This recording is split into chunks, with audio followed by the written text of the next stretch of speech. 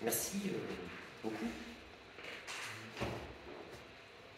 Yvon, pour ce moment qui était très intéressant. Pour cette présidence à la gloire de Dieu. Merci beaucoup. Alors je suis un peu déguisé ce matin. Vous avez remarqué, c'est pas mon habitude. Mais ouais, vendredi c'était le pull moche de Noël. Dans mon entreprise, on a demandé à ce qu'on porte ce pull moche de Noël. Et je me suis dit, ouais, je vais jouer le jeu, j'ai porté le pull moche de Noël, voilà pourquoi j'ai le pull moche de Noël. Qu'est-ce que ça vient faire à l'église? Alors, nous voilà une semaine de Noël. Quelle affaire? Une semaine de Noël. L'année, elle est finie, elle s'est écoulée. Incroyable. Et puis on est à 2 semaines de la nouvelle année. Alors Noël est traditionnellement un moment de joie où les gens sont heureux. Ils sont tous, en réalité, ils sont vachement heureux artificiellement. Je ne veux pas le dire, mais c'est vrai. Si vous regardez les vitrines, ça pétille, ça scintille, il y a des guirlandes, c'est beau. Et puis si vous regardez la télé, il y a plein de gens qui sont heureux. Si vous regardez la télé, il y a plein de séries intéressantes avec des choses parfaites, des gens qui se réconcilient, qui sont... Ah, il y a un truc, il y a... Non mais c'est vrai, on se dit c'est beau quoi. Vous n'êtes pas d'accord? En fait, on donne l'image de famille réconciliée. C'est même le moment des cadeaux. Où, dans les familles, on va s'offrir des cadeaux. Pour de vrai, quoi. Qu'est-ce que c'est que cette tradition d'offrir des cadeaux? Pourquoi pas, si c'est bien. C'est particulièrement bien pour les enfants. Les enfants, c'est la période où le cadeau... Ah ouais, ils ont du cadeau quand même. Et si le cadeau n'est pas à l'image de ce qu'on attend, papa et maman, ils m'aiment pas. Hein. Ou peut-être, non, je sais pas. En fait, ce cadeau est un signe. Et on ne se rend pas compte. C'est le signe d'une reconnaissance. Quand on offre un cadeau à quelqu'un, on est reconnaissant avec lui. On lui offre un cadeau parce que, bon, des fois, c'est pas tout à fait juste, on offre un cadeau parce qu'il faut offrir un cadeau, mais dans ce cas-là, on se retrouve avec un petit truc comme ça, et je t'ai offert ton cadeau. Dans certaines familles, c'est comme ça. Mais en réalité, c'est le signe d'un pardon, ce cadeau. C'est l'année qui est passée. Et quand papa, maman, ils offrent un cadeau, bah, ils oublient les bêtises qui sont passées pendant l'année. On est en train d'offrir un pardon, en fait, quand on offre ce cadeau. On est en train de repartir vers quelque chose. C'est ça. Et ce qui est intéressant, c'est que chacun d'entre nous, c'est de l'inconscient qu'on fait. Mais c'est ça. Et c'est ce que Dieu fait avec nous. Alors, des cadeaux, puis, il y en a qui se ruinent pour des cadeaux, hein, qui vont au-delà de leurs moyens pour faire plaisir à leur enfant, pour simplement dire je t'aime. Et des fois, on n'en a pas conscience. Vous savez, Noël, en fait, c'est quoi? C'est Dieu qui nous offre un cadeau. Jésus qui s'offre à l'humanité pour réconcilier les hommes avec son Père. Voilà le cadeau. Un pardon, un cadeau complètement gratuit. D'une valeur inestimable. D'une valeur, on ne peut pas la comprendre. C'est inestimable. C'est pas possible de comprendre ça. Mais ce cadeau-là, on en a entendu parler ce matin. Et gloire à Dieu pour ça. Quand nous avons un cadeau, on a 2 possibilités. Soit l'accepter, soit le refuser. Quel outrage quand vous offrez un cadeau de tout votre cœur à quelqu'un et que cette personne le refuse. Et quand Dieu nous offre Jésus et qu'on le refuse, quel outrage on fait à Dieu? Et oui, un cadeau peut être refusé. Et notre société refuse le cadeau de Dieu. Voilà le vrai sens de Noël. Recevoir le pardon comme un cadeau, sans aucune contrepartie. C'est le cadeau de Dieu. Jésus qui vient pour s'offrir sur une croix. Incroyable. La formule sans contrepartie peut nous poser un problème. Et je crois qu'elle pose un problème à l'humanité. Il n'est pas facile du tout de pardonner. Mais ce n'est pas facile non plus d'être pardonné par un autre. En effet, parce que quand nous avons quand même un cœur, et des fois on a du remords, après avoir fait du mal à quelqu'un, nous ressentons envers lui comme une dette. Et on veut compenser d'une manière ou d'une autre.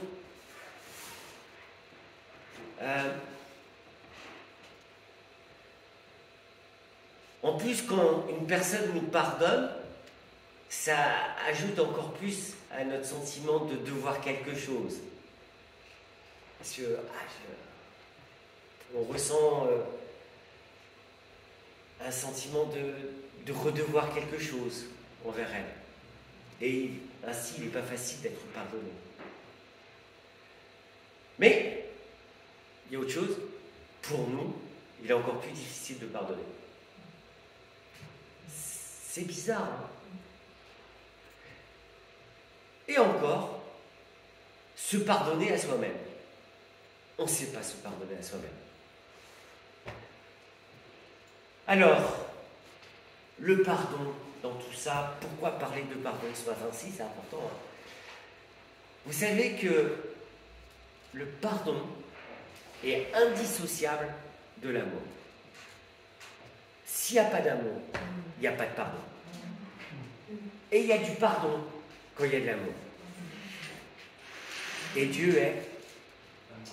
Merci. Dans le Nouveau Testament, le mot utilisé pour pardonner, allez, je ne vais pas le dire, tu connais affini? Bon, on va pas le... Ça signifie, le mot exact, hein, ça signifie éloigner de, faire disparaître, effacer, libérer, affranchir. C'est extraordinaire la signification de pardonner.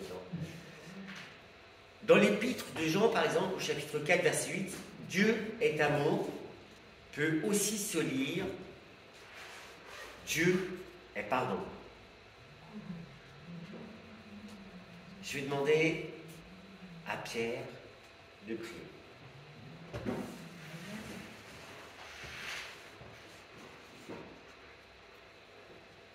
Seigneur Jésus, nous te demandons de te révéler dans ce temps de message, de te révéler à chacun de nous, d'être aussi avec le cœur et la bouche d'Hervé, pour que, à travers ce message et le fruit de ce message, dans les cœurs, tu sois glorifié. Seigneur, donne-nous de t'écouter, de t'entendre, de t'écouter et de mettre en pratique. Seigneur, tu vois, cette question du pardon est une question tellement difficile en pratique. Alors Seigneur, que nous soyons attentifs à ta voix, nous t'en prions. Amen. Amen. Merci Pierre. Je vous invite à prendre vos Bibles et nous allons lire dans Matthieu chapitre 18, versets 21 à 35. Et je Jean-Louis, il a une super voix. C'est Jean-Louis, tu peux lire, ça t'ennuie pas. Jean-Louis, donc, versets 21 à 35.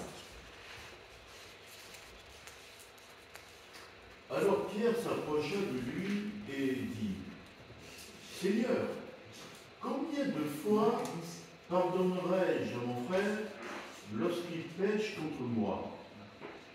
Sera-ce jusqu'à 7 fois? Jésus lui dit, je ne te dis pas jusqu'à 7 fois, mais jusqu'à 77 fois. C'est pourquoi le royaume des cieux est semblable à un roi qui voulut faire rendre compte à ses serviteurs. Quand il se mit à compter, on lui en amena un qui devait 10 000 talents. Comme il n'y avait pas de quoi payer, son maître ordonna qu'il fût vendu, lui, sa femme, ses enfants et tout ce qu'il avait, et que la dette soit acquittée. Le serviteur, se jetant à terre, se prosterna devant lui et dit, Seigneur, aie patience envers moi, et je te payerai tout. Ému de compassion, le maître de ce serviteur le laissa aller et lui remit la dette. Après qu'il fut sorti, ce serviteur rencontra un de ses compagnons qui lui devait 100 deniers. Il le saisit et l'étranglait en disant « Paye ce que tu me dois ». Son compagnon, se jetant à terre, le suppliait, disant « Aie patience envers moi, et je te paierai ». Mais l'autre ne voulut pas, et il alla le jeter en prison, jusqu'à ce qu'il eût payé ce qu'il devait. Ses compagnons, ayant vu ce qui était arrivé, furent profondément attristés. Et ils allèrent raconter à leur maître tout ce qui s'était passé. Alors le maître fit appeler ce serviteur et lui dit « Méchant serviteur, je t'avais remis en entier ta dette parce que tu m'en avais supplié. Ne devais-tu pas aussi avoir pitié de ton compagnon comme j'ai eu pitié de toi ?» Et son maître, irrité, le livra au bourreau jusqu'à ce qu'il eût payé tout ce qu'il devait.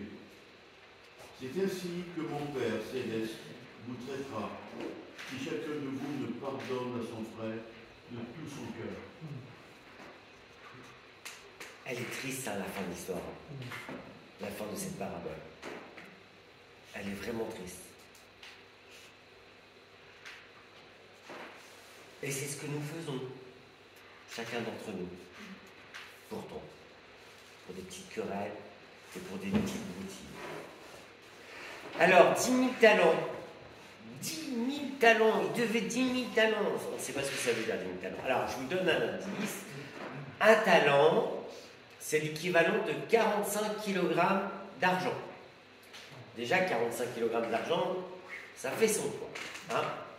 Donc 10 000 talents ferait une dette de 450 tonnes d'argent. 450 tonnes d'argent. Ça parle mieux quand même. Avec une telle dette, je comprends que le monsieur, il aille se prosterner au pied de son maître pour lui implorer grâce. Là, ça semble invraisemblable. En réalité, la dette est tellement colossale ou vertigineuse, comme vous voulez, hein, que chacun d'entre nous comprenons que la promesse de rembourser est complètement illusoire. Et pourtant, il lui dit, je vais essayer de te rembourser. Dans ce texte, dans cette parabole, cette dette représente notre péché. Elle représente nos péchés. Ça doit me faire prendre conscience l'ampleur de mon péché. On en a parlé un peu pendant cette scène. Je pense que nous ne mesurons pas le prix que Dieu a dû payer pour nous dire je t'aime et pour résoudre votre péché. on arrive à Noël. Et c'est le jour où Dieu me dit personnellement à moi, je t'aime. Voici mon cadeau. Incommensurable. Quel cadeau! Je te remets ta dette. Tu es pardonné. Bon, il faut l'accepter. Comment ne pas entendre cette parole? Je te remets ta dette. Au verset 27. Et cette phrase doit nous parler. Ma dette est pardonnée avec Jésus. Incroyable. Si on va dans le texte, il faut bien voir le maître, le roi. Pris de pitié, le maître de ce serviteur le laissa aller et lui remit sa dette. 450 tonnes d'argent. Il n'y a pas de solution, hein? C'est là mon péché. Est-ce que ce matin, ce cadeau, tu l'as reçu? Est-ce que tu l'as accepté? C'est ça le fond. Parce que le souci, c'est qu'on est comme ce serviteur. On n'entend pas le pardon. Il n'a pas entendu le pardon, ce serviteur. Ce serviteur, il sait qu'il n'a pas les moyens de rembourser cette dette vertigineuse. Et il va essayer de trouver des solutions pour 450 tonnes d'argent. C'est pas possible. Et pour nous, c'est pas possible. Mais pourtant, qu'on le veuille ou non, souvent on est présomptueux. On se surestime.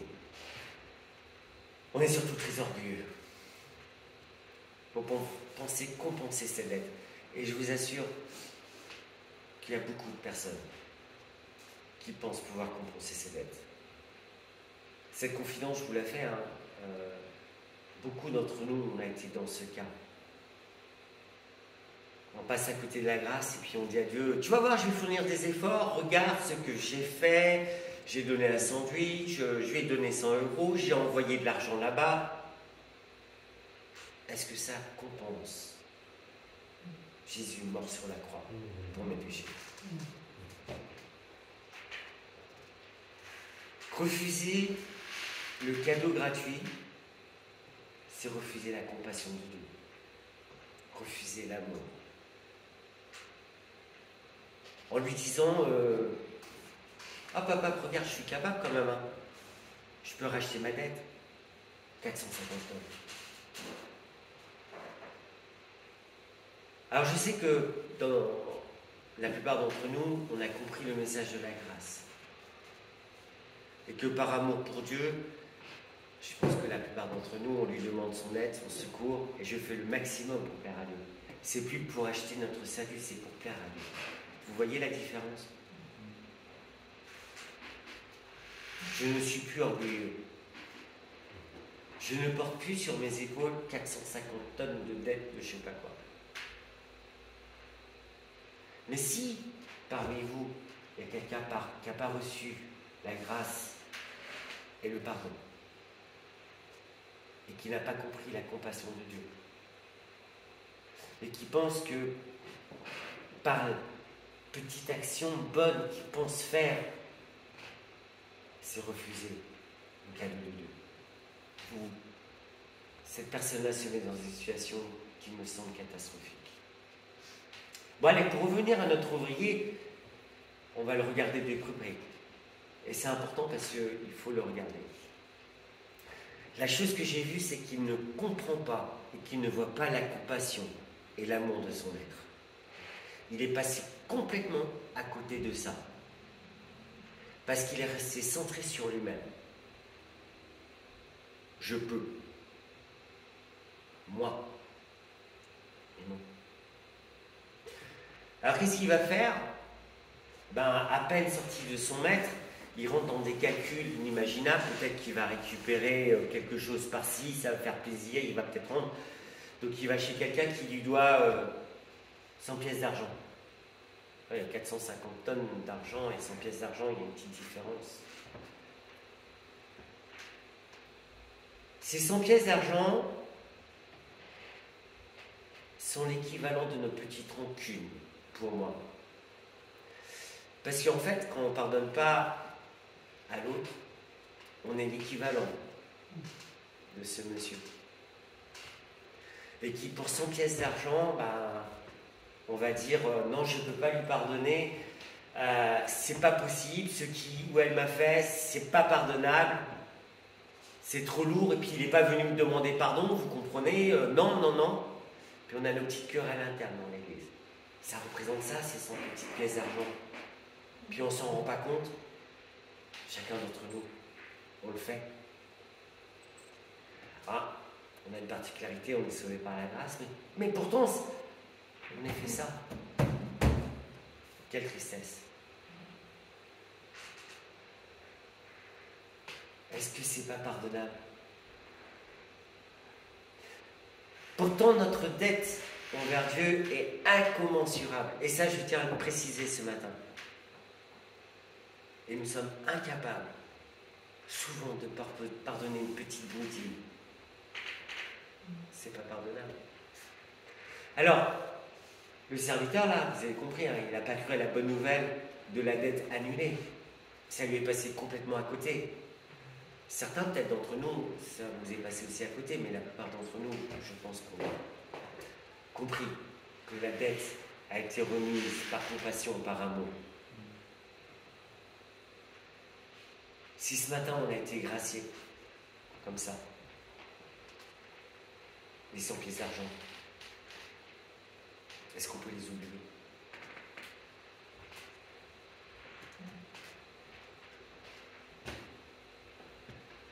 On a deux choix, toujours, qui s'offrent à nous. Accepter que notre dette soit pardonnée et remise par pure grâce, et faire de même. Incontournable ce choix. Ou sinon, on peut rester dans notre justification. Je suis capable de rembourser, mais si on l'a vu, on n'est pas capable. Vous avez vu les dégâts que ça fait sur le compagnon qui était juste en prison, et puis finalement, lui, il a perdu tout. Je ne sais pas quel est le choix que vous allez faire ce matin pour celui qui n'a pas rencontré la grâce et pour celui qui est resté sur les 100 petites pièces d'argent et focalisé sur ces 100 pièces d'argent en disant non, c'est pas possible de pardonner. Peut-être qu'on va laisser ces 100 pièces d'argent ce matin. Ça serait chouette. Enfin, moi, je le souhaite de tout mon cœur. Je vais vous faire une confidence, il y a un an, j'ai décidé de rencontrer toutes les personnes à qui j'avais vraiment fait souffrir. Donc j'avais fait du mal et de demander pardon. Et il y a des personnes qui n'ont pas pardonné. Mais j'en suis pas responsable. C'est leur choix. Mais moi j'ai fait ce que Dieu m'a demandé de faire. Si je ne suis pas capable de pardonner mon frère, ma sœur, est-ce que je suis capable de recevoir la grâce de Dieu? C'est dur à entendre, hein?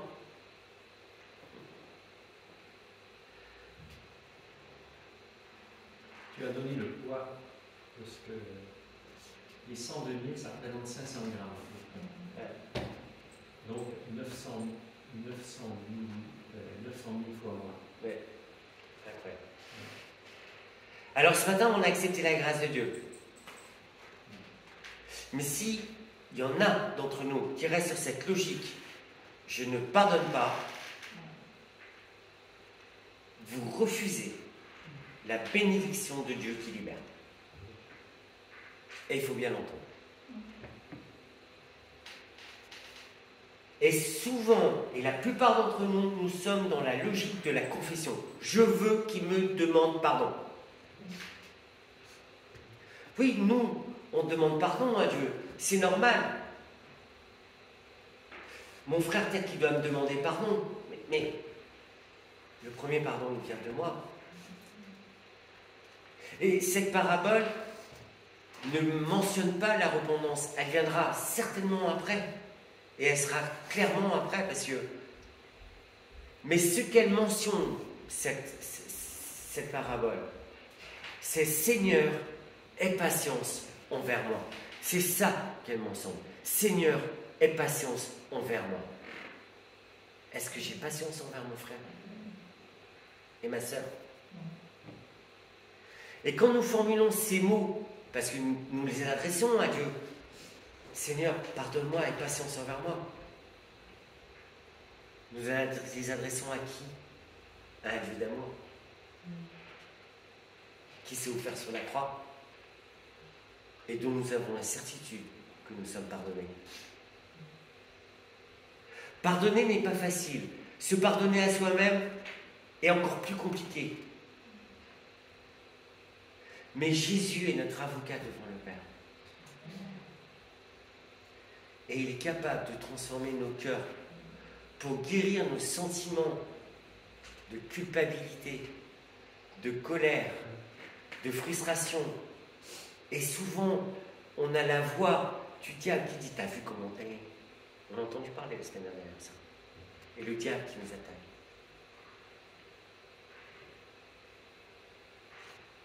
Mais c'est vrai qu'oublier 450 tonnes d'argent, c'est difficile. Là, je peux le comprendre. Mais pourtant, c'est ce que Dieu nous demande de faire. Ce matin, tu es pardonné. Ce matin, tu es libéré. Et c'est ça le sens même de Noël. Alors, certainement, chacun de nous, on a besoin de pardonner à quelqu'un.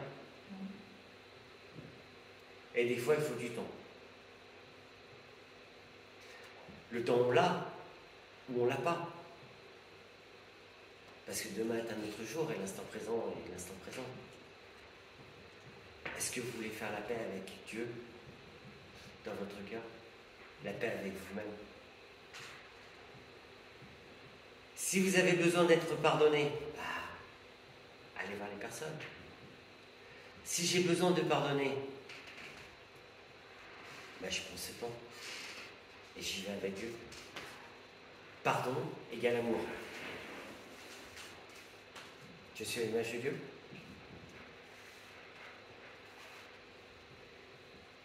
Ce matin, je souhaite que chacun de nous, on puisse ressembler à Jésus. À Dieu. L'amour. Que ce temps de Noël soit vraiment une source de joie et de réconciliation avec Dieu pour chacun d'entre nous. C'était mon message de ce matin. C'est la signification même de Noël de Jésus.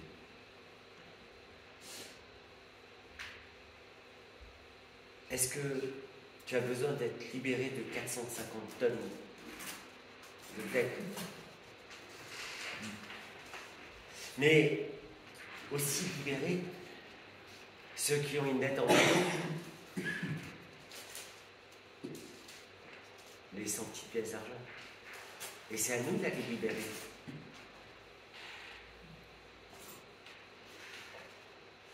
Ce matin, je pense que chacun de nous a compris le message. Je te remets ta dette. Tu es pardonné avec toute la compassion de Dieu que Dieu m'a donnée avec son amour. Je vous souhaite à tous un très joyeux Noël.